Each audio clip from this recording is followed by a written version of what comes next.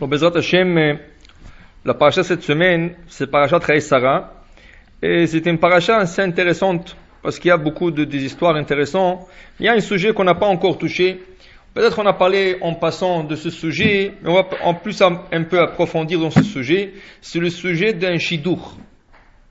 C'est-à-dire, qu'est-ce que c'est un shidour? Comment on déborde un shidour? Et c'est pas obligé d'être célibataire pour écouter ce cours. Même une femme mariée peut écouter pour ses enfants. C'est ça? Et des fois on a de la connaissance, qui ont besoin de l'aide. Alors, c'est bien de savoir qu'est-ce qui se passe exactement et c'est quoi le point de vue de la Torah à propos de ce sujet. Alors, pourquoi on parle de ça dans la paracha? Parce que dans cette paracha, c'est pour la première fois qu'il nous parle d'un shidour, ça veut dire de matcher un couple, et non avec une femme. Ça va être Yitzhak. L'histoire de Yitzhak, qu'on va chercher une femme pour lui, la femme propice, et c'est pour cela que durant la paracha, la longue histoire, comment Avraham Avinu, le père de Yitzhak, il va envoyer son serviteur Eliezer, et Eliezer, il va faire comme une petite devinette. Il va dire, je sais pas quelle fille choisir, parce qu'il sait pas, même Avraham ne savait pas, mais il va dire, moi voilà, je devine comme ça, que c'est la fille qui va me donner à boire de l'eau et à mes chameaux, c'est la fille de Yitzhak, c'est la femme de Yitzhak. Et voilà, c'est exactement, il est tombé sur la bonne famille, mais la Gemara dit que dans l'histoire, si vous regardez l'histoire juive un peu dans le Talmud, il y a 4 personnes qui ont fait des devinettes comme ça, rien que 3 parmi les 4 ont réussi. Alors ça veut dire que c'est une chance, c'est une grande chance parce que il avait Avraham Avinu pour l'appuyer, pour le baquer, mais ça marche pas pour tout le monde. Des fois ça marche, des fois ça marche pas. Alors nous on va pas, aujourd'hui quand un garçon et une fille veulent se marier, on va pas commencer à faire des devinettes, s'il va me donner à boire ou s'il va me dire ceci, ça marche pas comme ça. Il faut savoir comment on fait exactement. Alors on va expliquer un peu qu'est-ce qui se passe dans la paracha. D'abord, il faut comprendre le mot shidour. De quel mot ça vient? Ça veut dire, c'est quoi la source de ce mot? Shidour. Alors, le mot shidour, le mot shidour, ça vient du mot araméen, l'ishtader. L'ishtader, ça veut dire se tranquilliser. Du mot tranquille. On trouve ce mot pour la première fois dans Bereshit. C'est écrit que la terre, après la création, vatishkot haaretz, la terre s'est tranquillisée. Qui veut dire que dans le shidour, qu'est-ce qu'il faut faire? Il faut tranquilliser son âme, du côté du garçon et du côté de la fille. Ça veut dire qu'il y a une âme qui se cherche. On dit que l'homme et la femme font 2 moitiés d'âme qui se rencontrent et s'y complètent. Ça veut dire que quand l'âme trouve son âme sœur, alors il y a la paix entre les 2 âmes, et là l'âme se tranquillise. Baruch Hashem, j'ai trouvé l'âme qui me manquait, et parce qu'on lit dans Bereshit que la femme a été créée de la côte de l'homme. Alors il fallait que l'homme cherche la femme parce que ça vient de lui. Il fallait chercher quelque chose qui lui appartient. C'est la même chose dans le shidour. Dans le shidour, chacun cherche sa part. Qui veut dire l'homme cherche la partie de son âme et la femme cherche la partie de son âme jusqu'à qu'il se trouve. Et quand les 2 âmes se trouvent et ils se matchent, là ça calme. Mais le problème est le suivant. Il y a peut-être il y a plus, mais il y a peut-être 2 raisons problématiques pourquoi les gens cherchent à se marier. Qui veut dire, c'est sûr que tout le monde, tout homme et toute femme cherchent à se marier. Mais il y a de gens qui vont chercher à se marier. Pourquoi? Par exemple, vous trouvez des types de gens qui ne sont pas contents chez eux. Ça peut être un garçon et une fille. Pourquoi? Chas v'shalom, c'est une maison qui n'est pas bien. Il y a la dispute de parents toujours. Le garçon ou la fille ne s'accordent pas avec leur père ou leur mère. Alors c'est sûr qu'à un certain point, arrivé à un certain âge, le garçon et la fille vont dire, ça y est, moi je ne peux plus vivre dans cette maison. Il faut que je fasse ma propre vie. Mais ma propre vie comment? Je vais me marier. Ça veut dire que tu veux te marier, pourquoi? Tu te sauves d'un problème.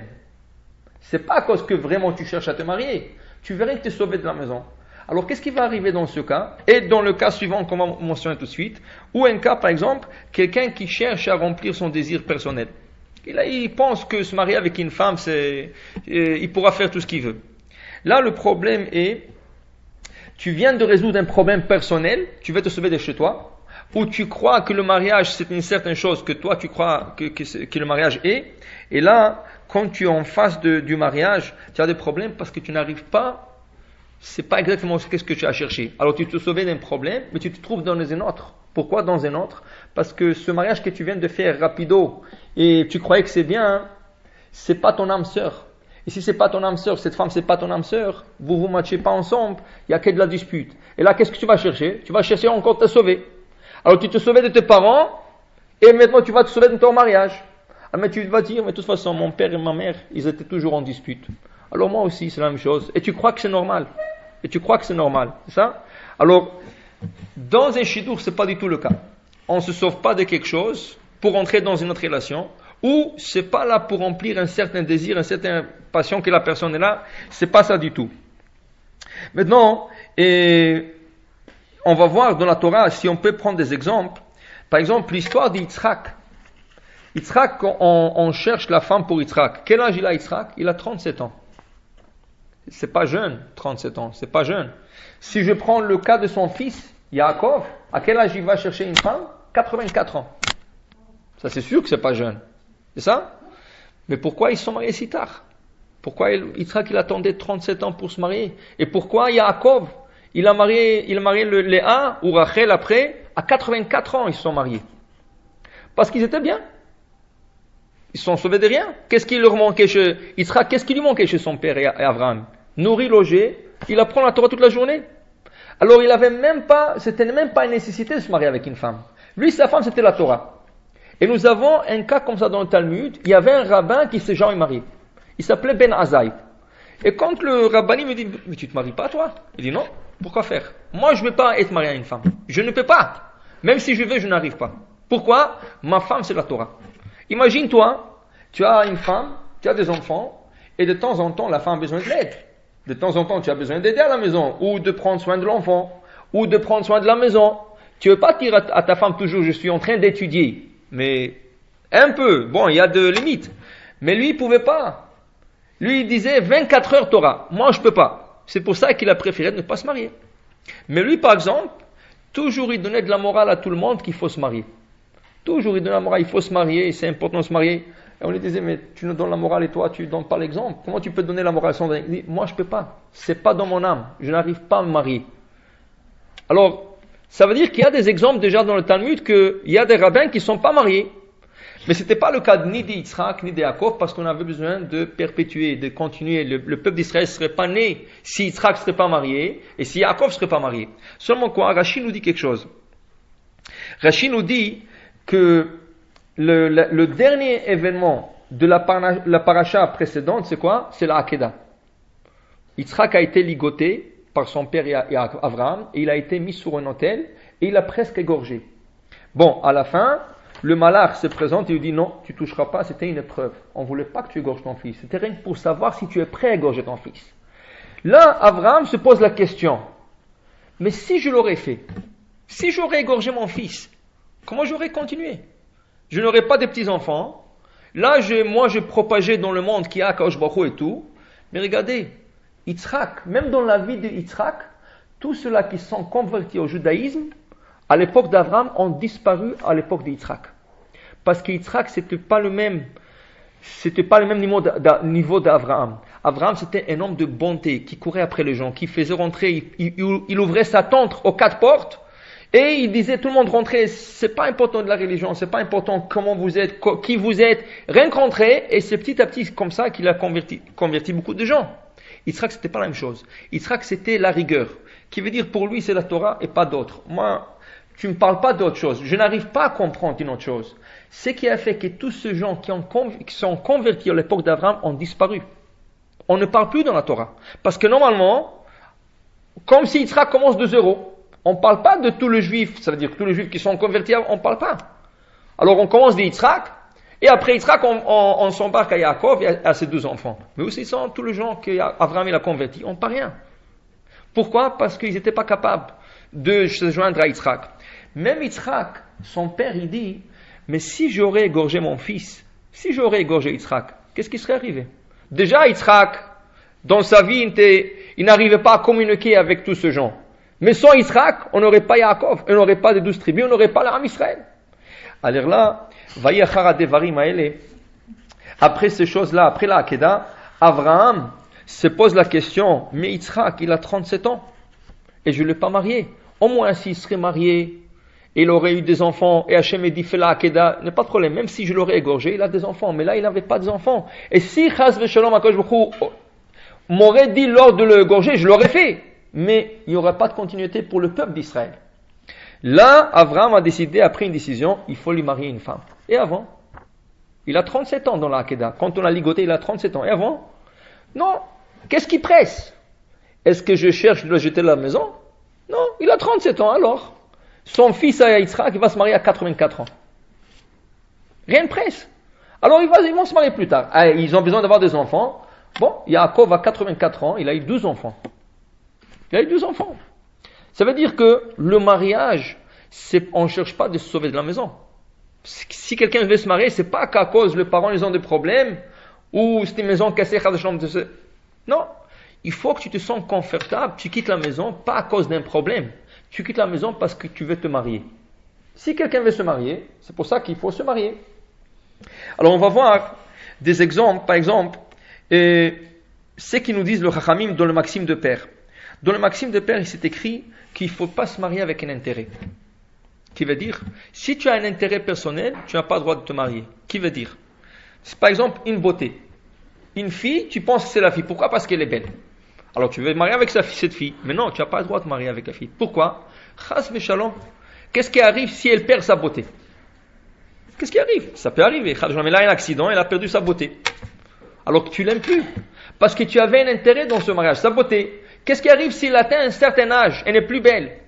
Et toi, dans ton idée, tu voyais cette belle femme toujours. C'est fini, tu veux plus d'elle. Alors on n'a pas le droit de se marier avec un intérêt de beauté. De l'argent.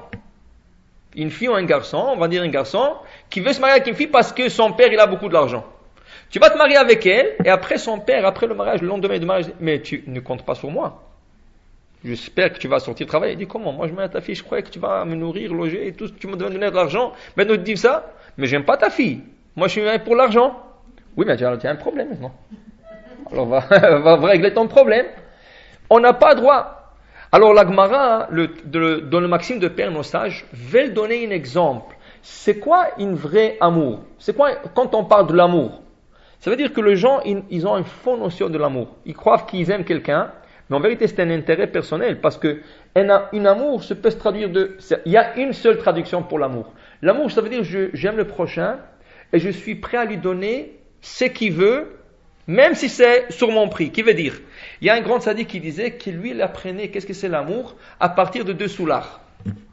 Une fois, il était dans la rue, il a vu 2 soulards. Ils ont bu, ils ont perdu connaissance presque. Et un qui disait à l'autre, est-ce que tu m'aimes? Il dit, oui, je t'aime. L'autre, il dit, bien sûr que je t'aime. Il dit, non, est-ce que tu m'aimes vraiment? Il dit, bien sûr que je t'aime. Il dit, arrête, tu rigoles. Non, je t'aime. Alors l'autre, il dit, si tu m'aimes, qu'est-ce qui me fait mal? Dis-moi, qu'est-ce qui me fait mal maintenant? Alors l'autre, il dit, alors je ne sais pas. Dis-moi, c'est le pied, la main, qu'est-ce qui te fait mal? Il dit, si tu ne sais pas qu'est-ce qui me fait mal, tu ne m'aimes pas.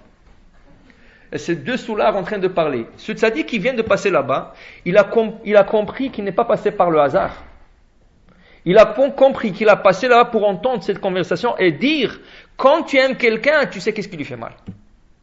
Quand tu aimes quelqu'un, ce n'est pas un intérêt personnel que tu as besoin de combler. C'est de voir et supporter l'autre. Alors quand je marie, je ne me sors pas d'un problème.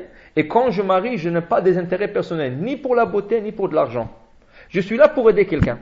Ça veut dire aider. Tu t'aides toi-même aussi. Mais je suis là pour monter une famille. Alors j'aime une certaine femme. Pourquoi? Parce que vous allez voir bientôt, il y a certaines choses qu'il faut chercher. Mais je n'ai pas des arrière-intérêts pour remplir des intérêts personnels à moi.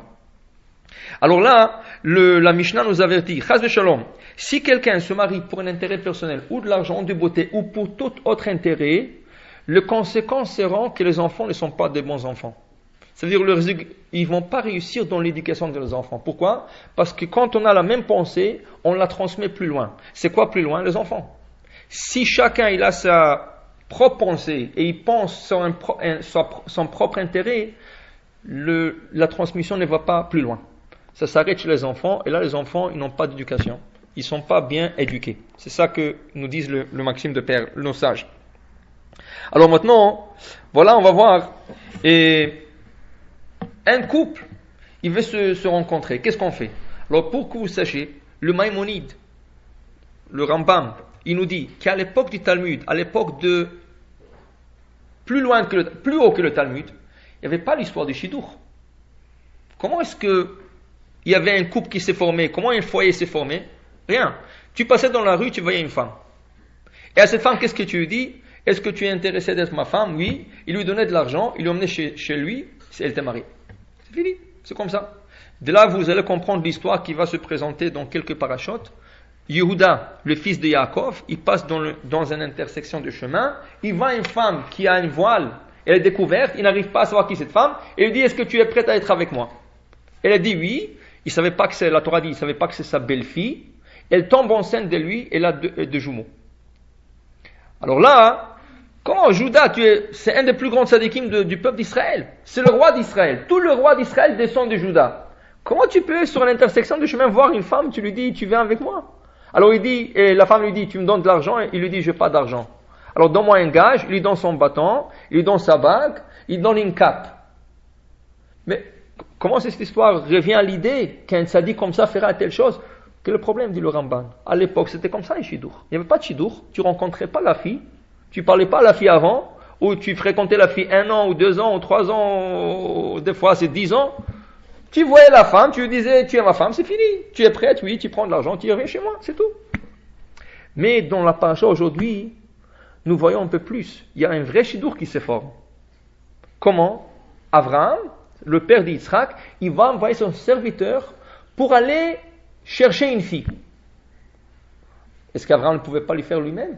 Non. On ne va pas rien prendre la femme comme ça, tuer la femme d'Yitzhak. On va chercher. Qu'est-ce qu'il faut chercher? Il faut chercher certains traits de caractère. Le Kli Yakar explique.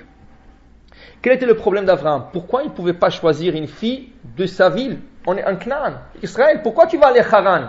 Beaucoup plus loin qu'Israël. Pourquoi tu vas envoyer ton serviteur un voyage de 17 jours? Ça a pris 17 jours de voyage pour aller à Haran. Seulement quoi? Comme c'était l'esclave d'Abraham, il avait un miracle. C'est quoi le miracle? Il a fait en une seule journée.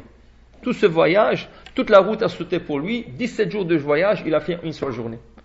Mais pourquoi tu vas lui envoyer 17 jours de voyage pour chercher une femme quand il ne manquait pas de filles en Israël? Il y avait plein de filles en Israël. Dit le Kli Yakar parce que Yitzhak c'est un homme pur. Il vient de se donner comme un holocauste. Il n'a pas été égorgé, mais c'est un homme pur. Il faut lui chercher une femme qui va matcher Yitzhak. Alors quel est le problème avec les filles d'Israël? Tu prends une fille, tu la convertis, ou tu prends une déconvertie. Non, on ne peut pas. Parce que en Israël, toutes les filles elles étaient idolâtres. Tu ne peux pas, et à part être idolâtre, dit le Kli Yakar, elles avaient aussi beaucoup de mauvais traits de caractère. Ou elles s'énervaient beaucoup, ou elles couraient après l'argent. Des mauvais traits de caractère, ça ne change pas du jour au lendemain. Ça prend un grand séminaire, un séminaire à vie peut-être des fois pour changer ça. Ça, c'est pas quelque chose qu'on veut pour Yitzhak. On veut une fille pure. Top. Alors il va aller à Haran. Mais qu'est-ce qu'il y a à Haran? Est-ce qu'il y a des juifs à Haran? Il n'y a pas de juifs. Depuis qu'Abraham a quitté Haran, il n'y avait pas de juifs à Haran. Mais il y a sa famille. Mais sa famille est idolâtre. Comment nous savons que la famille d'Abraham est idolâtre? Quand l'esclave arrive à Haran, Rivka qui l'invite chez elle, elle dit à son frère, regarde, j'ai invité quelqu'un. Va l'accueillir.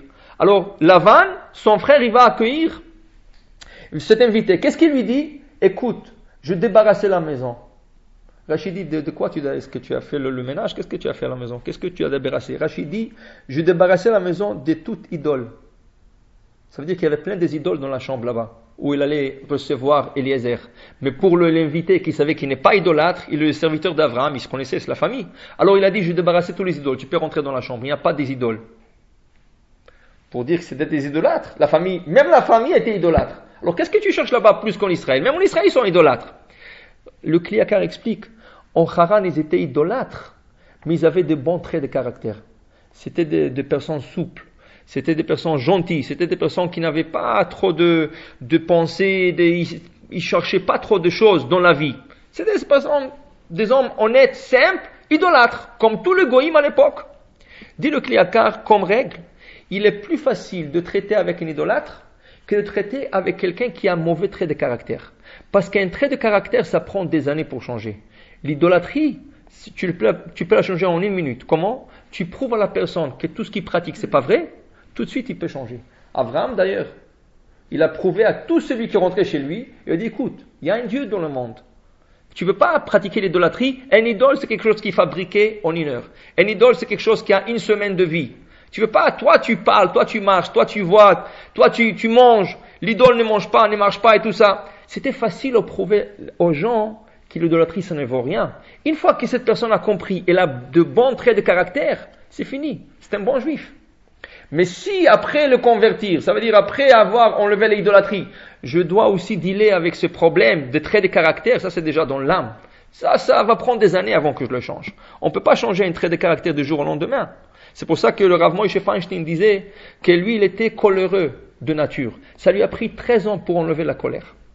Ça veut dire que quelqu'un qui est coléreux de nature, tu ne veux pas lui dire, ça y est, la colère c'est mauvais, et on va te donner des exemples. Dans le Talmud, c'est écrit que celui qui se met en colère, c'est comme s'il pratiquait la Avodah Zara.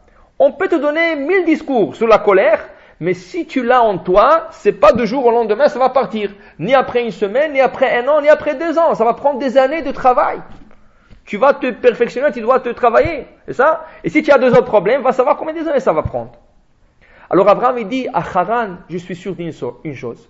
Il y a ma famille là-bas, et ma famille, ils sont idolâtres. Mais au moins, ils sont gentils, ils ont de bons traits de caractère, et je suis sûr, si on trouve la Kala, comme il faut, elle va être parfaite pour Yitzhak.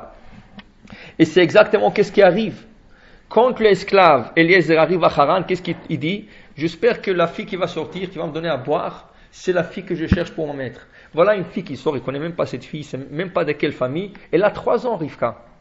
Elle a 3 ans. Elle vient pour la première fois, dit Rashi, pour la première fois que cette fille elle est sortie de sa maison. Elle n'est jamais sortie de sa maison. C'est le premier jour qu'elle est sortie de la maison. Pourquoi? C'est Hachem qui a fait ça, c'est sûr. C'est la providence divine. Mais exactement au moment qu'Eliezer arrive à Haran. Et il lui dit, est-ce que tu peux me donner à boire? Il dit, bien sûr. Je vais donner à boire à toi, finis à boire, et après il va donner à tout le chameau à boire. C'est ça? Il va s'occuper des animaux. Pourquoi elle avait besoin de faire ça? Elle n'avait pas besoin de faire ça. Parce qu'elle est gentille. Quand elle donne, elle se donne avec. Elle se donne. Alors il lui dit, s'il est comme ça, alors il dit, est-ce qu'il y a une place chez toi, rester une journée? Et qu'est-ce qu'il lui dit? Tu peux rester des journées, autant que tu veux. C'est ça? Est-ce qu'il y a quoi à manger? Tout ce que tu veux manger. Il est tellement gentil. Il n'a même pas avisé son père qu'il apporte quelqu'un. Après, quand il a été d'accord, il a couru chez son frère et il dit, écoute, va accueillir cet invité, on a des invités ce soir. Ça veut dire qu'il était très gentil. Quand il voit ça, il dit, ça c'est que de la maison d'Abraham. Cette gentillesse, que de la maison d'Abraham. Alors voilà. Ça veut dire que dans un chidour, qu'est-ce qu'il faut qu'on cherche? On cherche une certaine gentillesse, mais c'est pas tout. Alors on va expliquer un peu, qu'est-ce qu'on cherche dans un chidour. Quand un couple, un garçon et une fille se rencontrent, il faut chercher certaines choses pour dire, voilà, j'ai trouvé. Alors voilà, on va utiliser quelque chose qui est raconté à la fin de ce chidour pour comprendre le début. Regardez, quand le chidour a été décidé, oui, c'est la fille qui va venir de la maison d'Abraham, tout de suite, on ramasse la fille, on ramasse tout ce qu'on peut ramasser avec elle, ses habits, ses bijoux, tout, on met sur 10 chameaux et on part, on donne tout ce qu'il faut donner aux parents, aux beaux-parents, aux frères, et voilà que cette fille qui arrive en Israël, elle voit son khatan de loin. Elle voit son khatan de loin. Qu'est-ce que la première chose que cette fille a fait quand elle a vu son khatan? Regardez qu'est-ce qu'elle fait. Vatitkas, batsaïf. Elle s'est couverte avec le foulard. Il a dit, et ça ne savait même pas c'est son khatan. Elle croyait que c'était un sadique qui se trouve dans le champ. Elle ne savait pas que c'est son futur mari. Et la honte d'un homme, alors elle se couvre. Elle se couvre devant cet homme et ne sait pas. En plus de ça, elle a tellement honte, elle se fait tomber du chameau. Un chameau, ce n'est pas un petit animal. C'est un très haut animal. Quand elle est tombée, elle s'est blessée. Elle a perdu sa virginité, son hymen. Au point que le Midrash nous dit qu'après Yitzhak, il a suspecté la fille. Est-ce qu'elle a été avec un autre homme avant qu'il est arrivé chez lui? Et c'est grâce aux oiseaux que quand il est parti dans le désert, il a tracé le trace de chameau, il est parti chercher, tout a été déjà couvert avec le sable. Il y avait des oiseaux qui sont venus, qui ont déterré un peu dans le sable. Ils lui ont montré le sang de Rivka pour dire qu'il était vierge quand elle est venue. C'est à cause qu'elle est tombée du chameau. Et c'est là le Midrash nous dit, c'est depuis que les oiseaux ont eu un cadeau d'Hachem, que chaque fois qu'on va égorger un oiseau cachère, on aura à couvrir le sang du oiseau. C'est qu'on ne fait pas que pour une vache. Quand on égorge une vache, on ne couvre pas son sang. Mais quand on égorge un poulet, on doit couvrir son sang avec beracha. Pourquoi? Parce que c'est la volaille qui a montré à Yitzhak que Rivka était vierge. Mais regardez cette fille, à 3 ans, elle a déjà honte de son khatan. Alors elle se fait tomber pour ne pas lui regarder face à face, elle se fait tomber du chameau. Et là on lui dit, mais c'est ça ton mari. Donc, qu'est-ce qu'il fait Yitzhak? Il lui parle pas beaucoup, la Torah ne raconte pas qu'il lui parle beaucoup. tout ce qu'il fait, il lui apporte dans l'attente de sa mère. Parce qu'il faut comprendre une chose. Un homme est attaché à sa mère. Un homme est attaché à... C'est un des plus grands problèmes de Shlom Bayit. Parce qu'un homme, il cherche sa mère dans sa femme. C'est ça? Ah, tu cuisines pas comme ma mère. Et, ma mère, regarde. Ma mère, c'est comme ça qu'elle s'occupait des enfants. Tu sais qu'est-ce que ma mère faisait pour nous? Toujours. Et dès que tu dis ça, qu'est-ce que ta femme répond? Mais toi, tu n'aimes pas comme mon père. Tu sais qu'est-ce que mon père faisait et comment aider ma mère? C'est mon père qui faisait la vaisselle à la maison. Et là, elle cherche son père et lui, il cherche sa mère. Oui, mais ça, c'est la nature de l'homme et de la femme. Rachid dit, un homme est attaché à sa mère, comme la femme est attachée à son père. Mais le problème est, il faut pas le dire. Ça, c'est quelque chose qui est caché en vous. Mais il faut pas se baser là-dessus. Parce que si tu te bases là-dessus, tu as un problème après. Et là, Yitzhak, regardez, 3 ans après le décès de sa mère, il n'est pas encore consolé. Il a 40 ans dans la paracha. Mais sa mère est décédée à l'âge de 37 ans. C'est pour ça que Rivka, il a 3 ans seulement. Parce que Rivka est née le lendemain de la Hakeda. Après la Hakeda, Rivka est née. Quand il voulait égorger le Yitzhak, et quand Abraham disait, mais il a 37 ans, je ne l'ai pas marié. Ah, tu veux le marier? Maintenant, on va faire le shidur. On va d'abord naître la fille. Alors, il va naître. Ça va prendre, on ne peut pas la trouver encore. Ça va prendre 3 ans. Quand on la trouve, elle a 3 ans seulement. Alors maintenant, quand elle arrive chez lui veut savoir, mais est-ce qu'elle va remplacer ma mère ou pas? Est-ce qu'elle est capable de me donner ce que ma mère m'a donné? Alors, qu'est-ce qui arrive? Qu'est-ce qu'il avait chez sa mère? Qu'est-ce qu'il cherchait? Qu'elle cuisine le même plat que sa mère, les mêmes boulettes, le même poisson piquant que sa mère faisait? Pas du tout. C'est pas ça qu'on cherche. Il veut qu'elle soit comme sa mère. En quoi? Dans la pureté, dans la sainteté, dans la spiritualité. C'est ça qu'il cherche. Alors quand on cherche sa mère ou son père, on ne cherche pas qu'est-ce que le père faisait la vaisselle ou qu'est-ce que la mère faisait pour le... C'est pas ça. Il veut savoir, est-ce qu'elle est capable de remplacer Sarah pour le peuple d'Israël? Pas pour moi. Moi, je vis pour le peuple d'Israël, dit Yitzhak. Alors, qu'est-ce qu'elle doit voir? Ma mère, Sarah, dit Rachid, toute la semaine, elle avait un nuage qui résidait au-dessous de sa tente. Depuis qu'elle est décédée, il y a 3 ans, le nuage a disparu. Sa mère, Sarah, quand elle pétrissait la pâte, elle faisait le pain, il y avait une bracha. Elle faisait 1 kilo, elle recevait 20 kilos. Alors, il y avait une bracha dans la pâte. Sa mère, Sarah, dit Rachid, quand elle allumait les bougies de Shabbat, vendredi après-midi, c'est resté jusqu'au vendredi après-midi de la semaine d'après. Toute la semaine, la bougie est restée allumée. Impossible, une bougie, combien elle peut durer? 26 heures maximum, 48 heures, 72 heures, pas une semaine. Oui, il y avait un NS, il y avait un miracle. Ça veut dire qu'il y avait quelque chose. Alors il dit, est-ce que cette fille est capable de remplacer tout ça? Moi, je ne lui parle pas, je ne montre aucun signe d'amour, je montre rien. Viens, tu es la Kala, viens. Voilà ta nouvelle maison. Rentre. Vayevia, Yitzhak, Aoela et Sarah Imo. Il lui rentre dans la tente. Qu'est-ce qu'il trouve? Sarah Imo. Il trouve sa mère. Pourquoi? Dès qu'elle rentre dans la tente, le nuage est revenu. Alors il commence à prier la chala, il voit un bracha extraordinaire qu'elle a dans la pâte. Et le vendredi, quand il lui a allumé le bougie de Shabbat, c'est resté jusqu'à la semaine d'après. Ça, c'est ma femme. S'il est capable d'avoir la même bracha que ma mère, c'est pas à cause de ce que ma mère faisait, qu'est-ce qu'elle me cuisinait. C'est pas ça que je cherche, dit Yitzhak. Je cherche les choses spirituelles. Elle peut remplacer. Et les 3 choses vont représenter le nuage, la bougie et la pâte vont représenter 3 choses qu'un garçon ou une fille doivent chercher dans un shidur. Ça veut dire que c'est un nuage, c'est une lumière et c'est de la pâte, mais c'est 3 choses qu'il faut chercher. Alors c'est quoi? Selon le commentateur du Midrash, le nuage représente quoi? Le nuage représente la présence divine. C'est quoi le nuage? Ça veut dire montrer que la présence divine est là, elle est sur la tente. La présence divine, selon le Talmud, réside que dans des familles qui sont d'une bonne lignée. Ça veut dire une bonne lignée, par exemple. Il y a une mitzvah qu'un Kohen ne se marie pas avec une fille divorcée. C'est ça? Il y a certaines, par exemple, on ne peut pas marier une fille qui est bâtarde ou un garçon qui est bâtard, c'est interdit. Ça veut dire qu'il faut avoir une bonne lignée dans la famille. Alors dans ce cas, la présence divine se réside dans ces maisons. Alors là, quand on veut se marier, d'abord qui tu es? Qui est ton père? C'est ça qu'il a cherché. Qui tu es, qui est ton père, qui est ta famille. Je veux voir la famille. Il ne s'est pas contenté seulement de la fille. Pourquoi il lui a demandé? Est-ce que c'est faisable, quelqu'un qui vient en ville, il voit une fille, il croit que c'est le chidour, il dit, est-ce que je peux venir chez vous manger et dormir? Qu'est-ce que tu lui demandes? C'est elle à te dire si elle veut t'inviter. Mais c'est lui qui a demandé. Non. Est-ce que vous avez de la place pour moi? Est-ce que je peux manger chez vous? Elle était gentille, elle a dit, bien sûr, tu peux manger autant que tu veux, tu peux rester autant que tu veux. Mais c'est pas à toi à demander. Mais non, je veux voir. La fille, elle match, mais il faut que je vois la famille. De quoi on parle? Ça ne veut rien dire.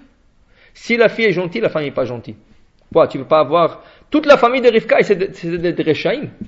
Au point que Rashi l'a décrit comme la rose entre les épines. Toute la famille, c'était des épines. Son frère, son père, toute la famille, c'était des épines. Mais elle, c'était la rose. Quand tu vas prendre une rose, elle est entourée par des épines. C'est exactement qu'est-ce qu'elle était Rivka. Elle était entourée des épines. Alors quoi? Si tu as trouvé une bonne fille et la famille n'est pas bonne, il ne faut pas se marier avec elle? Non. Ça ne veut pas dire cela. Mais il faut voir. Il faut voir où tu t'embarques un peu pour savoir, c'est pas rien que la fille. Parce qu'après, tu peux avoir beaucoup de problèmes. Comment? Quand tu prends une fille, tu ne l'enlèves pas de sa famille. Une fille a tendance toujours à revenir chez elle. Comme un garçon, il veut retourner chez ses parents. Mais c'est moins évident pour un garçon de revenir chez lui qu'une fille de retourner chez elle.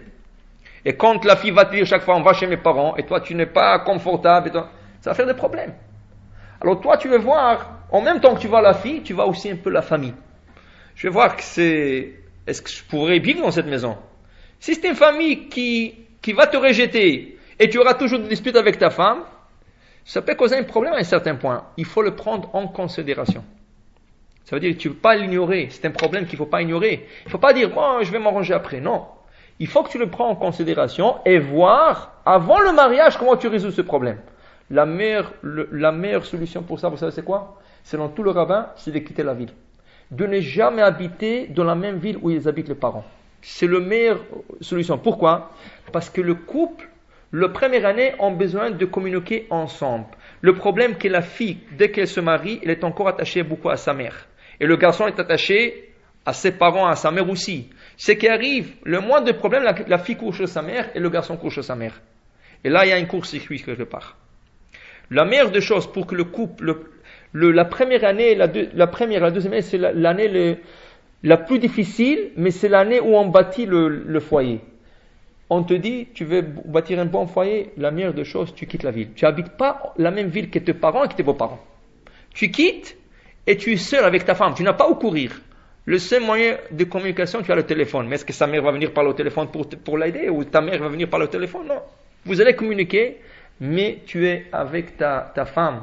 Tu dois régler tes problèmes. Ce n'est pas toujours faisable. Par exemple, le garçon, il a un travail. Il a un bon travail. C'est pas à cause qu'il ne s'arrange pas avec ses beaux-parents, il va quitter la ville. Ou la fille. Alors c'est pour ça que j'ai dit, il faut prendre ça en considération. Tu as trouvé la bonne fille, c'est bon. Mais qu'est-ce qui se passe avec la famille? Il faut savoir comment je vais avoir affaire avec eux après le mariage. Ça, c'est la représentation du nuage. Après, il y a la bougie. C'est ça? La bougie représente quelque chose qui illumine. Ça veut dire il faut chercher une certaine beauté. On a dit il ne faut pas chercher la beauté. Ce n'est pas un mannequin ou une mannequin qu'on recherche, mais quelque chose qui attire. Le problème, c'est qu'il y a beaucoup de gens qui te disent mais de la première fois que je l'ai vu, il ne m'a pas attiré. Mais qui c'est qui a dit qu'il doit t'attirer? C'est pas le critère. C'est un des critères, mais c'est pas le critère. C'est pas l'apparence physique qui va faire. Il faut voir. Peut-être l'apparence physique n'est pas à 100%, mais est-ce que, par exemple, la famille est bonne? Est-ce que les traits de caractère sont bons? C'est ça? Alors dans ce cas, il faut voir. Un garçon ne peut pas marier une fille qu'il n'aime pas, parce que au bout du chemin, ça va faire un effet sur le garçon. Il n'aime pas la fille. Alors, il va toujours avoir la tête ailleurs. Il va toujours chercher pénétrer une femme qui est plus belle. Alors, ça, c'est aussi un critère à prendre en considération, la beauté. De deux côtés. Et la troisième chose, selon le commentaire du Midrash, il faut chercher la chala. La chala, c'est quoi? La bracha. La bracha, c'est quoi? Quand un couple se rencontre, tu dois te poser la question, est-ce que je me vois avec cette fille, est-ce qu'elle peut me donner la bracha? Quand je vais aller travailler, est-ce qu'elle peut me donner une bracha? Est-ce que j'aurai une certaine bracha avec cette fille ou pas? Si je crois que je n'aurai pas une bracha, alors toute la vie va être stressée. Alors il faut voir, est-ce qu'il y a un bracha ou pas? Et comment je peux voir? Comment je peux voir s'il y a un bracha? Tu vois de la manière qu'elle s'est conduite. La bracha vient quand? La bracha vient de la manière de la conduite de la personne. Tu te conduis avec Shem comme il faut, tout de suite. Regardez, dans le dernier livre de Vaïkra, que c'est écrit, Im bechukotai telechu. Si vous allez aller dans le voie de la Torah, venatati kishmechem beitam, je vous donnerai le pluie en leur temps, je vous donnerai une bracha ad belidai, une bracha jusqu'à que vous allez dire, ça y est, je peux plus, Hachem, enlève la bracha, je peux plus. Il y a une bracha illimitée qui va être donnée. En quoi? En une chose. Im bechukotai telechu. Si on suit le commandement d'Hachem, si je vois que la fille vraiment, elle suit le commandement d'Hachem, je peux être sûr d'une chose. Elle peut avoir qu'une bracha. Je ne dois pas chercher est-ce qu'elle a un bon mazal ou pas un bon mazal. Il faut comprendre, selon le Zohar, quand un garçon est seul et la fille est seule, ils n'ont pas un bracha au maximum. Il se peut qu'elle n'ait pas un bracha parce qu'elle n'est pas mariée. Et toi aussi, tu n'as pas la bracha au maximum parce que tu n'es pas marié. C'est quand vous mariez, c'est là que la bracha elle vient. Mais il faut que je vois s'il a de bons traits de caractère et elle suit le commandement d'Hachem. Là, je suis sûr d'avoir une bracha avec elle. C'est la pâte, la bracha dans la pâte. Alors, les trois choses que Yitzhak cherchait, c'est le nuage, voir la lignée, voir la famille. La lumière, voir un peu la beauté de Rivka. Et la troisième chose, de voir la chala, est-ce qu'elle peut apporter la bénédiction? Et effectivement, elle a apporté la bénédiction. Qu'est-ce que c'est écrit? Regardez. Vayevi'ea. Il lui a apporté dans sa tente. Il lui a apporté dans la tente. Alors les Chachamim disent, Vayevi'ea, c'est le fiançailles. Il s'est fiancé avec elle. Vayikachea, il lui a pris comme femme. Il se marie avec elle. Et à la fin, Vayeav Yitzhak et Rivka. Yitzhak a aimé Rivka. Qui veut dire l'amour est venu quand? À la fin. Quand il s'est fiancé avec elle, il n'a pas cherché l'amour. Quand il s'est marié avec elle, il n'a pas cherché l'amour. L'amour est venu toute seule à la fin. Qui veut dire qu'il ne faut pas chercher l'amour depuis le début. L'amour, c'est quelque chose qui se bâtit, qui se construit dans le couple. Qui veut dire qu'il y a des gens qui disent, mais si je ne l'aime pas, alors quoi? Ce qu'il faut chercher dans un chidour, c'est qu'il faut comprendre qu'est-ce qu'on cherche, qu'est-ce qu'on veut quand un garçon rencontre une fille, qu'est-ce qu'on cherche? La première chose, ils vont se rencontrer, ils vont se parler, mais de quoi?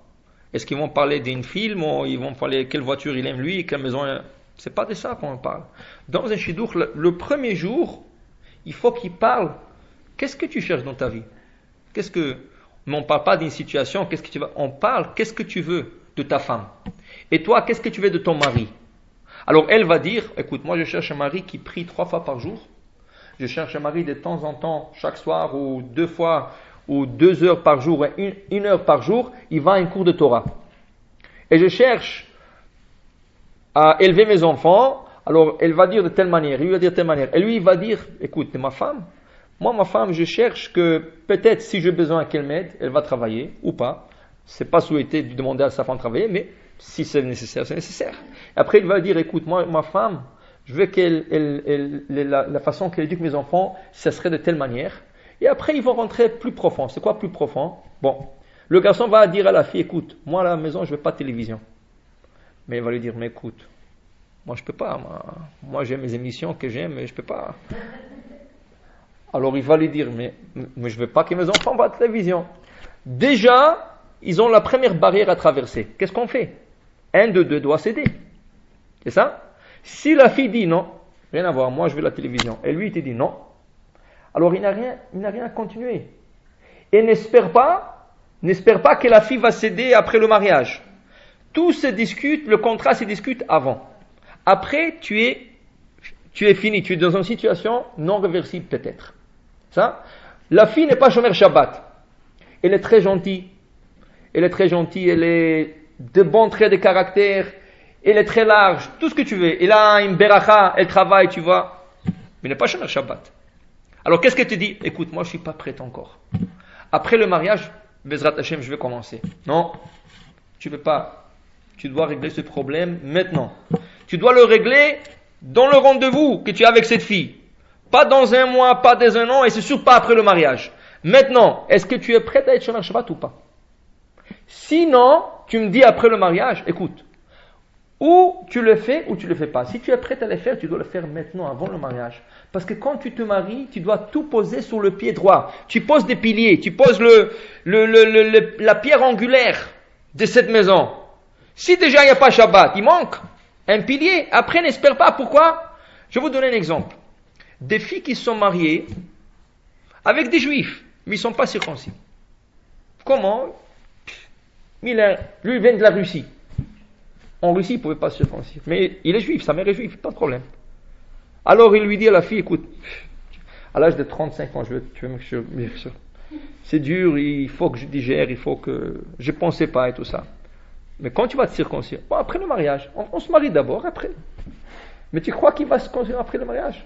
Plusieurs cas ont prouvé qu'après le mariage, c'était impossible. Ils sont mariés, et après il lui dit, non, écoute, on est déjà mariés. Qu'est-ce que je te fais? Je t'ai rien fait, écoute. Tu m'aimes comme tel que je suis, as is. Tu m'as pris, c'est fini, c'est tout. C'est ça? La même chose pour Shabbat. Des filles qui ont promis à des garçons d'observer Shabbat, après le mariage, c'était trop dur, je ne peux pas. Comme on a dit, des traits de caractère ou des habitudes ne changent pas du jour au lendemain. Mais en attendant, le mari est Shomer Shabbat et la femme passe son aspirateur Shabbat. Ça peut aller un Shabbat, deux Shabbats, trois Shabbats. Combien il peut durer cette relation? 1 an, 2 ans, combien? Alors, à un certain point, ils vont disputer. Mais pourquoi pas faire la dispute avant de se marier? Pourquoi attendre après? Et pourquoi attendre pire quand il y a des enfants? Qui c'est qui souffre les enfants? Parce qu'après, ils sont attachés et à la mère et au père. Et après, cette relation se déchire et il y a des enfants au milieu. Alors là, le garçon et la fille doivent discuter de toute leur vie quelques premières rencontres qu'ils ont. Alors lui doit dire, est-ce que tu es Shomer Shabbat? Bien sûr, parce que le Shomer Shabbat, des fois tu ne connais pas, il faut que tu lui demandes, est-ce que tu es Shomer Shabbat à 100% ou quand c'est nécessaire, c'est ça? Ou et toi, est-ce que tu fais ta prière ou pas? Ou quand tu n'as pas le temps, parce que tu es élevé en le retard, tu ne vas pas à la prière. Il va dire, non, en vérité je triche des fois. Non, moi je ne veux pas un garçon comme ça. Moi je veux que mon mari va chaque jour. Mais est-ce que tu peux le faire maintenant? Pas après qu'on se marie. Maintenant il faut que tu commences. Alors je vais t'appeler chaque matin pour te réveiller. Ça va. Mais est-ce qu'il va le faire? Alors tout ça, il faut le discuter avant. Après c'est trop tard. Alors quand on dit qu'il y a un shidour, il y a une rencontre qui se fait entre un garçon et une fille, justement, ce quelqu'un rencontre, pourquoi ils ont été instaurés par nos sages? Ça a été instauré par nos sages, voilà. Abraham, c'est le premier qui va envoyer pour chercher un shidour. Il va envoyer Eliezer pour vérifier. Va me vérifier ça, la famille comment elle est. Va me vérifier la fille comment elle est. Est-ce qu'elle est capable de remplacer Sarah pour le peuple d'Israël? Quand on a vu que tout va bien, oui, elle est rentrée à la maison. Et même quand elle est rentrée, il n'y avait pas encore d'amour. Est-ce qu'Yitzhak, imaginez-vous, il a 40 ans, on lui amène une fille de 3 ans. Bon, c'est pas la même fille de 3 ans qu'aujourd'hui. Une fille de 3 ans était, comme on va dire, la proportion d'une fille de 20 ans aujourd'hui. Comme une fille de 20 ans, elle est la même structure du corps, mais quand même elle avait la pensée d'une fille de 3 ans. Est-ce qu'il peut avoir un amour pour une fille de 3 ans? Alors il l'a fiancée, il l'a mariée, et l'amour s'est bâti. C'est rien qu'après que l'amour est venu. Mais il y a des gens qui cherchent, depuis le premier jour, ils ne cherchent pas Shabbat, ils ne cherchent pas la prière, ils ne cherchent pas... Un des grands problèmes, c'est la pureté familiale. Qu'est-ce qu'ils cherchent? Est-ce que je l'aime? Je l'ai vu la première fois, ça n'a pas cliqué. Pourquoi ça n'a pas... Je n'avais pas d'amour pour lui. Ou elle a dit, je n'avais pas un sentiment pour lui. Mais c'est pas des sentiments qu'on cherche. C'est pas ça qu'on cherche. On cherche d'abord, est-ce qu'il y a de la compatibilité? C'est ça? Comptabilité vient après. Il faut chercher, est-ce que c'est compatible? C'est ça? Est-ce qu'il est pour toi ou pas? Peut-être, il est beau, il a de l'argent, il a tout ce que tu veux, mais tu vas voir que Chachamim te donne un conseil. Tu veux vérifier quelqu'un? Il y a 3 tests, 3 épreuves qu'il doit passer. Kiso, Koso, Vekaaso. Sa poche, sa colère et son verre. Qui veut dire Kiso? Tu lui dis, tu sors avec lui, tu lui dis, écoute, j'ai un problème, je dois payer un ticket, j'ai reçu une intervention et si je ne le paye pas demain, il risque de venir et saisir et des choses comme ça. Est-ce que tu as $100 pour moi ou $200? Mais c'est pas vrai. Tu sais, je viens de tout gaspiller et tu sais qu'il a. Il va te rencontrer 10 000 histoires. Déjà, il a failli le premier test. Il n'a pas passé Kiso. Ça veut dire que quand tu vas te marier avec lui, attends, c'est ça? Bon. Après, kaaso. Toi, tu sais qu'il n'aime pas une certaine chose. Il n'aime pas une certaine chose. Par exemple, il y a des garçons qui n'aiment pas que la fille mâche le chewing-gum fort. Ça l'énerve. Il y a plein de choses. Et là, tu vas prendre, toi, tu ne manges jamais le chewing-gum, mais tu vas acheter un paquet de chewing-gum rien que pour lui, exprès. Et tu vas la prendre, tu vas mettre tout le paquet dans ta bouche, tu vas commencer à mâcher. Toi, tu vas avoir mal, et lui, il va avoir mal de tête. Comment il va réagir? Est-ce qu'il va te crier? Mais non, c'est pas comme ça. Ou il va te dire gentiment, écoute, c'est pas tsniout, c'est pas derecheret. Alors, la manière qu'il va te répondre, c'est la manière que tu vas savoir à qui tu as affaire déjà. Et la troisième chose, kaaso. Tu ne peux pas lui donner à boire du vin, c'est interdit. Ça, mais tu peux aller voir comment il se conduit à Purim. Il y a mis soit à boire. Ça. Et à Purim, il va se saouler, et là tout va sortir. Et toi, tu vas être de côté, en train de le regarder, qu'est-ce qu'il est en train de parler? Moi, j'ai vu déjà des gens qui sont complètement saouls, mais ils parlent des vrais Torah. Parce que c'est tout ce qu'ils ont en la tête. Et là, le gars, il te sort des vrais Torah qu'il n'a jamais dit dans sa vie. Même à table, il ne dit pas tous ces vrais Torah, mais il sort parce que Nichnas, il a sa saute. Mais il y a des autres, quand toujours il te parle des vrais Torah, il a pris un peu de vin pourri, mais il parle tellement de bêtises. Mais tu dis, mais celui-là, je ne connais pas. Mais c'est justement, le vin fait ressortir la personne. Alors toi, tu vas le vérifier comme ça. Le seul problème que tu auras, que si tu viens de le rencontrer juste après Purim, tu dois attendre 1 an avant de le vérifier. C'est le simple. Mais il y a des occasions. Comment? Ça se demande. Comment tu peux demander? Moi, j'ai demandé. Sur des autres gens? Oui, j'ai demandé à ses amis. Ah, ok, c'est bon. Toi, tu es chachama. Alors, mais oui, c'est ça qu'il faut faire. Mais ça, c'est une chose à savoir. Pourquoi? Parce que plusieurs fois, de couples qui se rencontrent, vous savez, la vie est rose quand on se rencontre au début. Il y a des fleurs qui s'envoient, des cadeaux qui s'envoient de deux côtés, des paroles très gentilles et tout. Et après le mariage, c'est fini. On retourne à être la personne qu'on est. Mais je t'ai pas connu comme ça. Mais toi non plus, je t'ai pas connu comme ça. Mais tu n'as pas fait ta recherche. Tu as cherché des choses qu'il ne faut pas chercher. Tu as cherché ou de l'argent, ou une beauté. Et après, tu dis, mais tout ça, oui, ça, il fallait chercher avant de se marier. La beauté, c'est après. C'est un critère, mais ça n'est pas le critère. D'abord, tu cherches, est-ce qu'on est vu au point de vue spirituel, on peut avancer ensemble. Le plus grand problème, c'est quand un se trouve au point de vue spirituel au numéro 10 et l'autre il se trouve à 2. Ce problème se trouve quand des couples se marient, qui sont tous les deux non religieux, et voilà que le mari fait tchouva. Alors imaginez-vous, lui il fait tchouva, il avance de jour en jour. Une fois que tu fais tchouva, tu ne peux pas rester stagne, tu ne peux pas rester au même niveau, chaque jour tu ajoutes. La prière, Shabbat, ça. Et la femme ne veut rien savoir. Alors lui, il avance. Et de jour en jour, la différence elle devient très grande. Au point que, comme je vous ai dit, ça c'est un vrai cas qu'on m'a raconté. La personne faisait le Shabbat, il faisait son kiddush, et la femme passait son aspirateur. Sous la table que lui est en train de faire le kiddush. Elle n'était pas capable de le matcher. Mais ça c'est... Qu'est-ce qu'il va lui dire? Mais je t'ai pas connu comme ça. Mais elle va dire, mais toi aussi tu n'es pas comme ça. Tu es devenu comme ça. Et ça, c'est un des plus grands problèmes. Que le mari devient très religieux et la femme reste, ou c'est le contraire. La femme qui est devenue très religieuse et le mari reste à sa place. Ça prend beaucoup d'efforts. Mais ça, c'est une situation qui s'est causée après. Ça, on ne peut rien faire. Personne ne pouvait rien faire. Est-ce qu'on savait qu'il va revenir B'tchouva 1 de 2? On ne savait pas. On ne pouvait pas planifier, on ne pouvait pas penser. Seul Hachem, il sait pourquoi il les a mis ensemble. Mais ça, il faut beaucoup de patience. Mais on parle d'un couple qui vient de sortir ensemble. Maintenant, il faut que tu vérifies toutes ces choses-là. Est-ce que ça va aller ou pas? Et là, si tu n'as pas vérifié, tu ne peux pas venir après en arrière et dire « Mais je ne savais pas et je ne pensais pas. » Pensez pas, c'est trop tard, tu es marié maintenant. Et surtout, s'il y a des enfants, tu dois rester comme.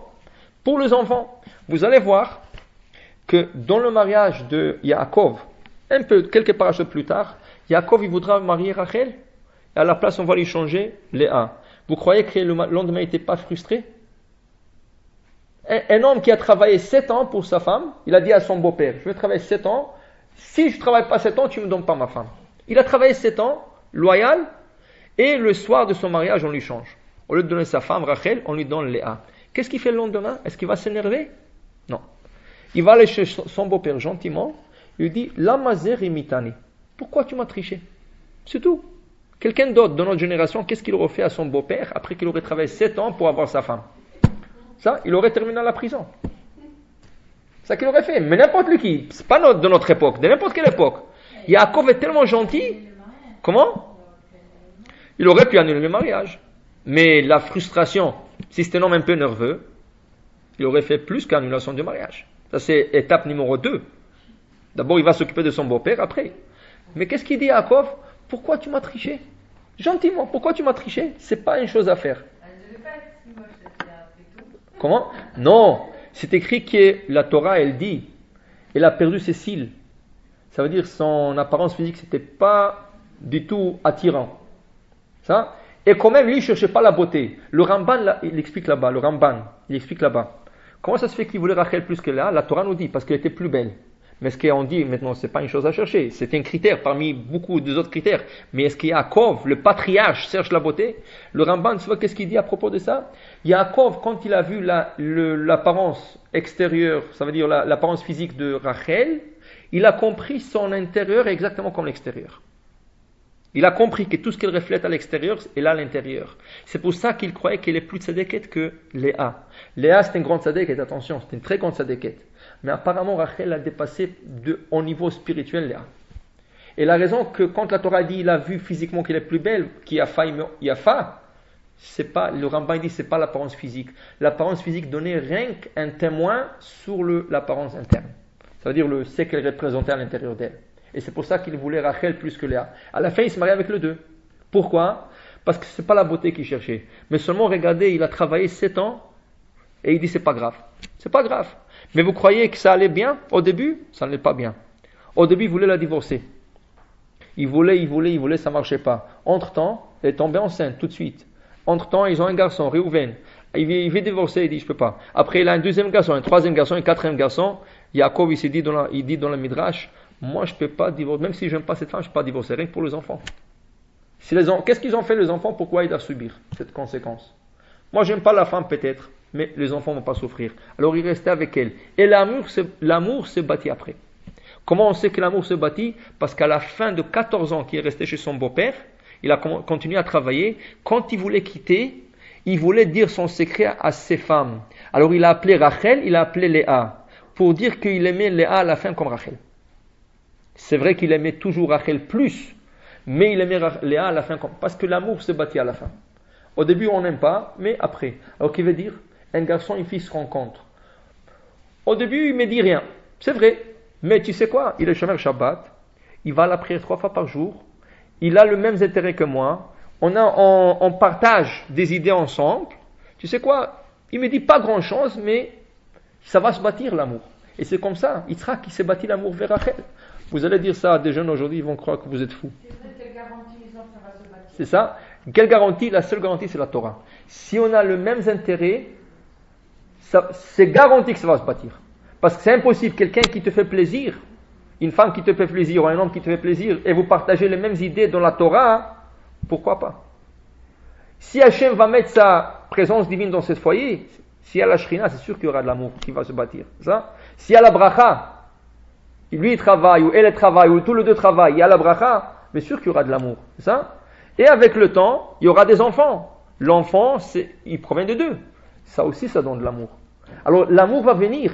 Mais le problème, les gens cherchent l'amour avant les autres critères. L'amour doit venir en dernier.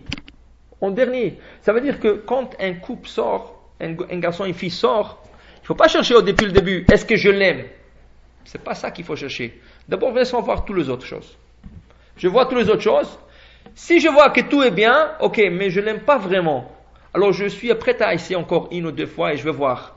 Et peut-être, il y aura des petites étincelles qui vont venir. Après, le grand feu va venir après. Mais au début, il faut avoir quelque chose. C'est sûr, si un garçon dit, moi cette fille ne me dit rien, ou une fille dit, moi ce garçon ne me dit rien, pas à cause qu'il n'est pas beau, à cause de l'argent, parce que je ne me vois pas avec lui. Ça veut dire, je ne vois pas construire un foyer avec cet homme. Ou je ne vois pas construire un foyer avec cette femme. Ça ne me dit rien. Alors, dans ce cas, ça va. Il ne faut pas trop pousser. Il faut pas trop pousser. Alors maintenant, il faut le Midrash, il nous dit cette semaine, vous voyez dans la Torah qu'un shidur c'est du ciel. Quand on envoie un garçon à une fille ou une fille à un garçon, c'est du ciel. Comment on le voit? Le chidour de Léa, de Rivka avec Yitzhak, on va essayer de mettre de bâtons. La famille va essayer de mettre de bâtons dans le roue et empêcher ce chidour.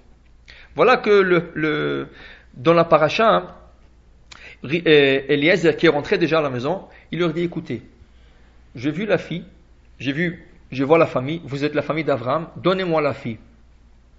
Alors, qui c'est qui intervient? Le frère et le père. Et voilà Lavan et Bethuel qui disent au Eliezer, tu sais, tu laisses la fille encore un an, laisse-lui se préparer un an. Et Eliezer dit non, écoutez tout de suite. Si ça marche tout de suite. Qui veut dire, ça c'est aussi un détail. Vous savez que plus qu'un couple reste ensemble, plus qu'on trouve le défaut un de l'autre. Qui veut dire, est-ce qu'il y a un homme qui est parfait? Ou est-ce qu'il y a une femme qui est parfaite? Impossible. Même le plus grand sadique, il a un petit défaut. Un sadique, chacun en a nos défauts. Ça peut être un trait de caractère, ça peut être quelque chose qu'on n'a pas encore dans notre niveau spirituel à surmonter. Il n'y a personne qui est parfait. Alors qu'est-ce qu'on cherche? Un parfait ou une parfaite? Non. Maintenant, qu'est-ce qui arrive? Deux couples qui se fréquentent trop longtemps, 3 mois, 4 mois, 6 mois, imaginez-vous 1 an, 2 ans, 3 ans, 10 ans, qu'est-ce qui arrive? Tous ceux-là qui sont fréquentés pour une longue période de temps, ils sont ça veut dire le lien s'est brisé. Pourquoi? Parce que lui, durant l'année ou durant les 2 ans qu'ils sont ensemble, mais il est comme ça, il est comme ça, il est comme ça. Moi, j'aime pas ça, j'aime pas ça, j'aime pas ça. Elle, de son côté, mais lui, il est comme ça, j'aime pas ça, j'aime pas ça. Et après, c'est trop dur de surmonter ce problème. Mais, quand tu te maries le plus vite possible, c'est sûr que tu vas trouver tous ces problèmes. Mais ce n'est pas des problèmes qui vont empêcher le bâtiment de ton foyer. Bon, il est un peu, on va dire, un peu coléreux, un peu. Il est un peu avare. Il est un peu ceci, elle est un peu comme ça. C'est pas grave. Ça, c'est des choses qui vont surmonter dans la route. Mais le grand chose, tu les as vues déjà. Mais après, non, moi, j'aime pas la manière qu'elle boit. Ça me dégoûte. Et lui, je n'aime pas la manière qu'il mange. Ça me dégoûte. Mais ça, c'est à force de regarder 1 an sur la personne, 2 ans la personne, tu avais le temps déjà de prendre des rayons X sur lui. C'est ça? Et là, chaque chose te dérange. C'est normal. Et après, ils vont pas construire un foyer ensemble. Le plus vite, c'est mieux. Pourquoi? Un mariage, c'est pour se grandir ensemble. C'est pour ça, quand quelqu'un, le plus vite que la personne se marie, plus facile ça va être pour lui. Parce que plus âgé que la personne elle a déjà ses pensées, ses traits de caractère. Tu n'arrives pas à le bouger, le changer. La femme lui dit, fais ça. Non, ça. Moi, 40 ans, j'ai fait ça. Tu vas me dire maintenant quoi faire? Et tu dis à l'homme, tu fais ça? Non, c'est pas possible. C'est plus difficile. Plus vite, au niveau de l'âge, et plus vite, au niveau de fréquentation, il ne faut pas trop traîner. Dès que ça marche, dès qu'on voit qu'il y a quelque chose à faire avec ce couple, il faut tout de suite. Alors quoi? Qu'est-ce que c'est tout de suite? Bon, pas jour, lendemain. 3 mois, 4 mois. Et là, la Gemara nous assure, dans les 4 mois, ou dans les 5 mois, ou dans les 6 mois qui vont se fixer la date, il y aura de la dispute. Impossible qu'il n'y aura pas de dispute. Surtout quand ça arrive aux 2 familles. Maintenant, c'est pas rien que le couple, c'est la famille. Alors, où est-ce qu'on fait le mariage? Combien ça va coûter le mariage? Quel type de flair? Quel type de musique? Ça va faire la bagarre. Mais comme on a dit, ils ne sont pas encore mariés.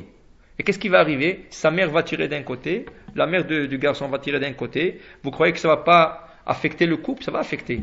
Elle va venir un soir en pleurant, lui va venir un soir frustré, énervé. Mais à la fin, ils vont se marier. Pourquoi? Parce que le plus vite possible, ça ne donne pas de chance. Mais si ça traîne, chaque fois sa mère va dire, mais cette fille, tu vas la marier jamais de la vie. Et sa mère, elle va dire, mais ce garçon, jamais de la vie. Ça va terminer par se casser. C'est très rare un couple qui est sorti pour 5 ou 6 ans qui sont mariés. Il y a des couples, oui, c'est possible, mais très rare. Le plus vite, c'est mieux. C'est ça? C'est pas vrai. Comment? Il y en a beaucoup qui sont sortis. Ouh, ça dépend. Ça veut dire beaucoup, quand vous dites beaucoup, il faut voir l'ensemble de la majorité des gens. C'est ça, la majorité non. Il y a des exemples. On ne dit pas qu'il n'y a pas des exemples. Il faut voir la majorité des gens. Ça n'a pas toujours marché. À la fin, il y avait toujours ils sont quittés, ils sont retournés. C'est pas. Alors voilà Eliezer qui va dire à la famille, écoutez, pas dans un an, même pas, ils ont essayé après un mois, rien, tout de suite. Vous voulez, demain je quitte avec la fille. Est-ce que vous êtes d'accord? Bon, ils ont dit, on n'a pas le choix. On n'a pas le choix, ils n'avaient pas le choix. Le lendemain, il a pris Rivka, il a quitté, il est parti à Haran pour prendre. C'est pas qu'ils connaissaient Eliezer, ils ne connaissaient pas d'Eliezer. Mais, ils ont compris c'était non bien, ils ont compris que la fille va être heureuse dans cette famille, ils ont laissé la fille. Malgré que c'était une fille de 3 ans, elle a besoin de sa mère. Le Rashi dit, ils ont envoyé la nourrice de Léa, de Rivka. Ils ont envoyé la nourrice pour dire, c'était pas une grande fille qui pouvait avoir une décision. C'était une petite fille encore, de 3 ans. Mais elle, à la fin, qu'est-ce qu'elle a dit, elle? Quand ses parents et son frère ont essayé d'objecter, alors ils ont dit 1 an, 1 mois, à la fin ils ont dit, tu sais quoi, on va demander la fille. Qu'est-ce que tu dis, Rivka? Qu'est-ce qu'elle répond, elle? Moi, j'irai contre votre volonté. Même si vous n'êtes pas d'accord, j'irai. Parce qu'elle a vu que c'est bien pour elle. Alors elle a dit, je sors d'ici. C'est tous de Rechaïm. Au contraire, j'ai la chance de rentrer dans la famille des tzadikim. Yitzhak, Avraham, c'est des grands tzadikim. Elle est rentrée là-bas. Elle a quitté tout de suite la maison. Et elle ne s'est pas trompée. Bon, Hachem, c'est bien. Pourquoi? Parce qu'un shidour, ça vient du ciel. Le shidour, ça vient du ciel.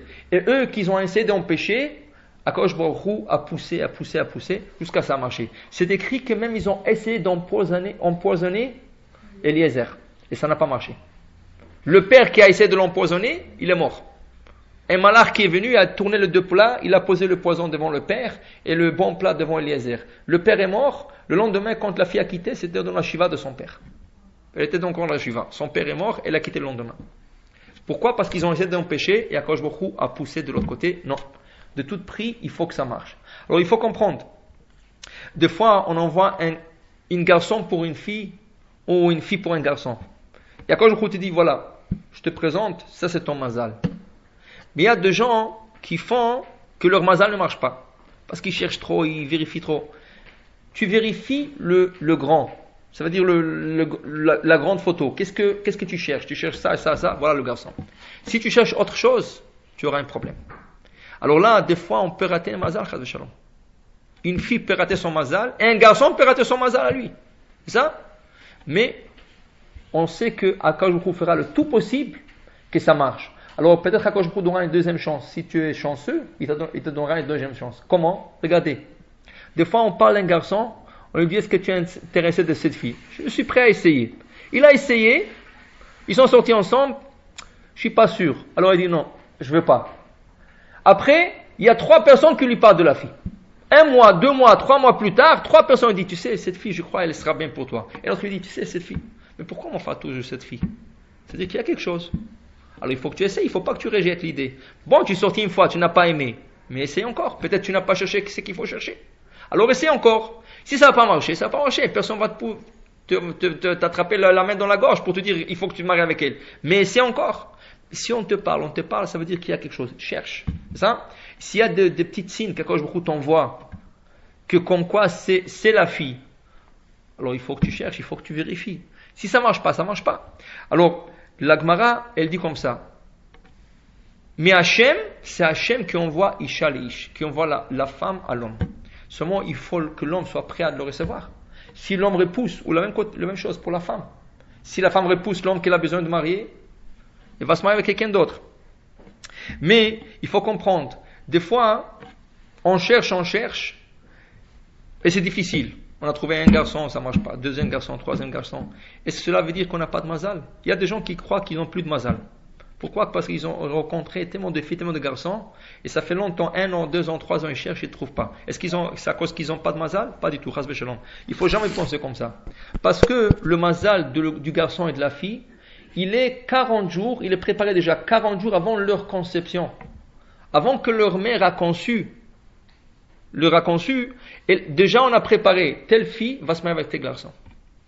Ça veut dire que ton mazal est déjà là. Ton garçon et ta fille que tu dois marier, ils sont déjà là. Seulement quoi? Écoute, tes parents ont décidé de déménager quelque part, très loin. Normalement, ils devraient être là, et ils sont quelque part autre. Alors c'est ton mazal? Est-ce que c'est ta faute que tes parents ont déménagé loin? Maintenant, écoute, Akadosh Baruch Hu a ses manières à fonctionner. Comment? Toi, tu vas prendre un voyage en Israël, avec des amis et des choses comme ça, et imagine quoi? L'autre garçon, il a pris un autre voyage avec deux autres garçons. Et tu viens de te rencontrer. Alors toi, tu habites dans un côté du monde, lui, il habite de l'autre côté, vous vous rencontrez en Israël. Ou vous vous rencontrez en France, ou n'importe où. C'est ça? Là, quand je vous va faire que cette fille termine avec ce garçon. Ça veut dire qu'ils se marient ensemble. Il y a plein de choses que je vous fais. Je peux pas faire que ça arrive plus tôt que Et c'est- Bon, que ça arrive plus tôt que prévu, ça dépend du mérite de la personne. Il faut avoir du mérite aussi. C'est ça? Si vous êtes méritante ou méritant, alors là, ça va aller plus vite. Sinon, ça va se réaliser. Ça va prendre un peu plus de temps peut-être, mais ça va se réaliser. Alors ça ne veut pas dire, où on dit sur un garçon, il n'a pas chanceux, ça fait longtemps qu'il cherche, ou il n'a pas chanceux. Pas du tout. Son mazal est déjà là. Il s'agit de le trouver. Alors des fois c'est angoissant, des fois c'est stressant. On ne trouve pas, qu'est-ce qui se passe? Pourquoi tous mes amis, voilà, toutes mes amies de la classe, ils sont déjà mariés, moi je ne suis pas encore marié. Savoir. Peut-être ton mazal se trouve ailleurs. Des fois aussi, il se peut qu'on t'a changé le mazal. Qui veut dire, imagine toi, tu n'étais pas religieuse avant. Tu n'étais pas religieuse. Tes parents n'étaient pas religieux, et toi, tu n'es pas religieuse. Et bien au Hachem, ou que toute la famille a fait tchouva, ou au moins toi que tu as fait tchouva. Maintenant, quand Akadosh Baruch Hu a préparé ton shidour, ton garçon, lui n'a pas ça veut dire il savait que tu vas faire tchouva, mais lui il a prévu un garçon selon ton statut initial. Quand tu es né, tu n'étais pas religieuse. Alors le garçon qu'on va te donner, c'est pas un garçon religieux, mais qui va te matcher. Après, qu'est-ce qui arrive? Elle devient religieuse. Est-ce qu'Akadosh Baruch Hu va donner qu'une fille religieuse va se marier avec un garçon non religieux? Non. C'est vrai que c'est son shidour au début, c'est l'âme sœur qu'on voulait, mais ça a changé. Akadosh Baruch Hu ne va pas laisser les deux se marier parce que ça va être que de la bagarre. Qu'est-ce qu'il faut qu'il fasse Akadosh Baruch Hu maintenant? Il faut qu'il trouve un autre couple, ou c'est le contraire. C'est le garçon qui a fait tchouva et pas la fille. Il faut qu'il matche maintenant, il renverse. Mais maintenant, c'est pas sûr que le garçon qui n'est pas religieux, la fille qui ne sont pas religieux, qui match. Alors il faut trouver un troisième couple. Et vous savez combien de couples il faut rechercher comme ça? Qui c'est qui peut le faire? Dit la Gemara, seul Akadosh Baruch Hu. Mais tu crois que d'échanger un mazal de quelqu'un, que le mazal a été déjà destiné 40 jours avant la conception de cette personne, que maintenant il faut changer tout le mazal, tu crois que c'est facile? Pour Akadosh Baruch Hu, rien de difficile, mais c'est un travail très difficile. Comment? Oui? Ça c'est la chose la plus souhaitée, que les deux ont fait tchouva. Mais ce n'est pas toujours le cas. Alors si un garçon ou une fille ne trouve pas leur shidour, est-ce qu'ils doivent dire je n'ai pas de mazal? Pas du tout.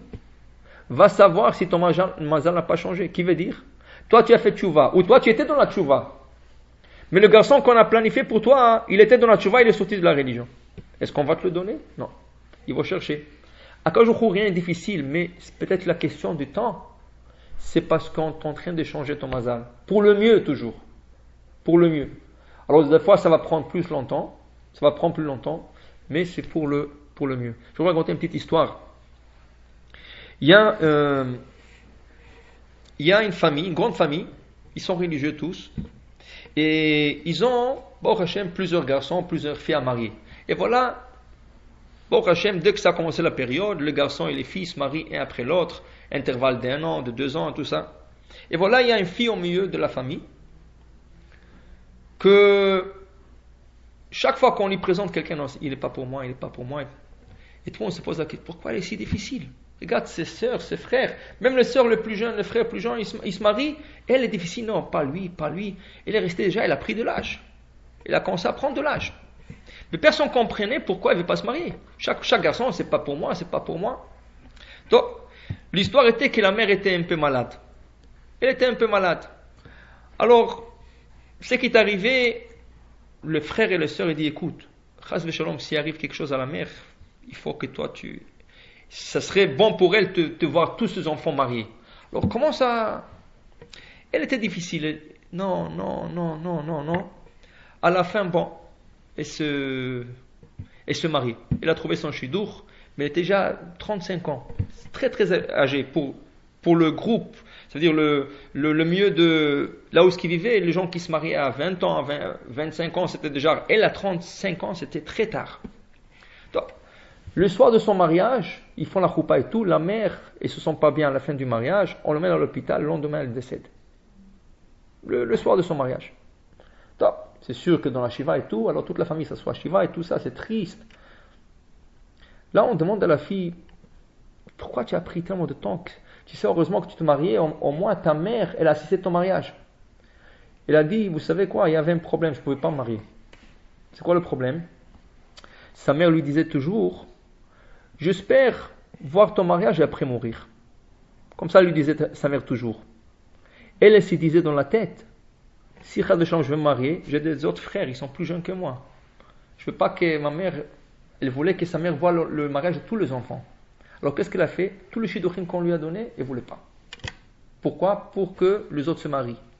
Et quand elle s'est mariée, la prophétie de sa mère s'est accomplie. Ça? Alors est-ce qu'on peut dire qu'elle n'avait pas de mazal? Non. Voilà, elle a repoussé son mazal. Baruch Hashem, elle a trouvé un bon khatan. C'était pas facile pour elle, à l'âge de 35 ans, de trouver un khatan. Surtout en Israël, après un certain âge. Vous savez qu'au Mexique, une fille qui dépasse le 18 ans, le 20 ans, elle ne peut pas se marier.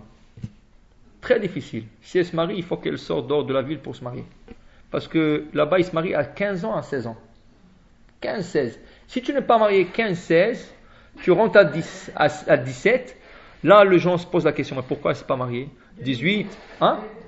De nos jours. Je parle d'aujourd'hui. En Israël, aujourd'hui, ils se marient à 18 ans, à Bnei Brak. Ouais. Mais je vous dis, aujourd'hui, on est Bnei Brak.